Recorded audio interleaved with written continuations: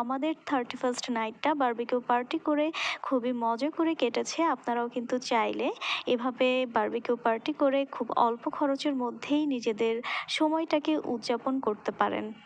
আর আমার কাছে মনে হয় যেহেতু বছরের প্রথম দিন আমাদের একটু আনন্দের সাথেই উদযাপন করা উচিত, তাহলে হয়তো সারাটা বছরই আমাদের ভালো কাটবে। এই তো আমার বারবিকিউ হয়ে গিয়েছে, তো আমরা ফ্যামিলির সবাই মিলে এখানে খাবো।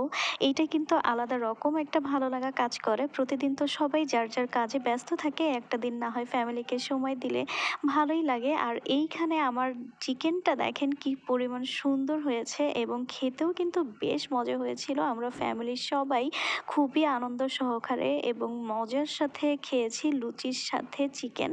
আমার তো দেখে এখন আবার খেতে ইচ্ছে করছে। আপনারা কে কিভাবে বারবিকিউ পার্টি করে 31st নাইটটা উদযাপন করলেন আমাকে কিন্তু অবশ্যই জানাবেন।